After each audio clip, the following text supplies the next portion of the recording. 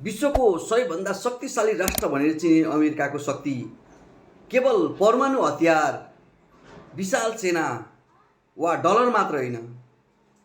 करिब 250 वर्षको इतिहास निहाल्दा यसको सबैभन्दा ठुलो शक्ति संविधान, लोकतान्त्रिक संस्था, कानुनको शासन र आत्मसुधार गर्ने क्षमता रहेको देखिन्छ। 1776 मा अमेरिका स्वतन्त्र प्राप्त गरेपछि गृहयुद्ध, आर्थिक मन्दी, जातीय विभेद, राजनीतिक ध्रुवीकरण, आतंकवादी आक्रमण र विभिन्न अन्तर्राष्ट्रिय चुनौतीहरू सामना गर्यो। तर हरेक सङ्कटपछि संस्थाहरूले काम गरे, नेतृत्व परिवर्तन भयो, अदालतले आफ्नो भूमिका पनि निर्वाह गर्यो र जनताले मतदान मार्फत नयाँ दिशा तय गरे।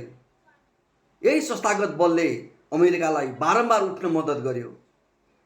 अमेरिकाको अर्को महत्त्वपूर्ण शक्ति विचार र प्रतिभाप्रतिको खुलापन हो। संसारभरका वैज्ञानिक, उद्यमी, अनुसन्धानकर्ता र विद्यार्थीलाई अवसर दिने वातावरणले नवपरिवर्तनलाई गति दियो।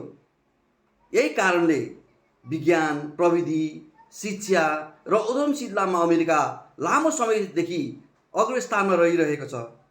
यससँगै अभिव्यक्ति स्वतन्त्रता, निजी क्षेत्रको सशक्त भूमिका, विश्वस्तरीय विश्वविद्यालय, अनुसन्धान, संस्कृति र आर्थिक प्रणालीले पनि अमेरिकालाई प्रभावशाली विश्वव्यापी बनाएको छ।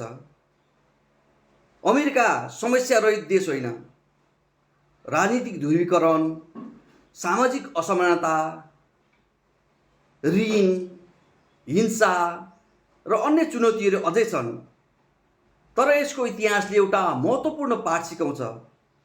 दीर्घकालीन शक्ति व्यक्ति वा पार्टीबाट होइन, बलियो संस्था, कानुनको सम्मान, खुला बहस र निरन्तर सुधार गर्ने संस्कृतिबाट निर्माण हुन्छ।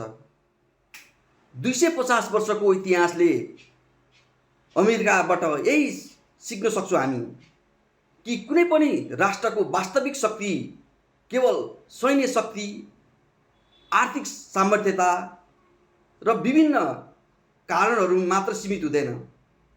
नागरिकको विश्वास, संस्थाको विश्वसनीयता र परिवर्तनलाई स्वीकार गर्ने क्षमताबाट टिकेको हुन्छ।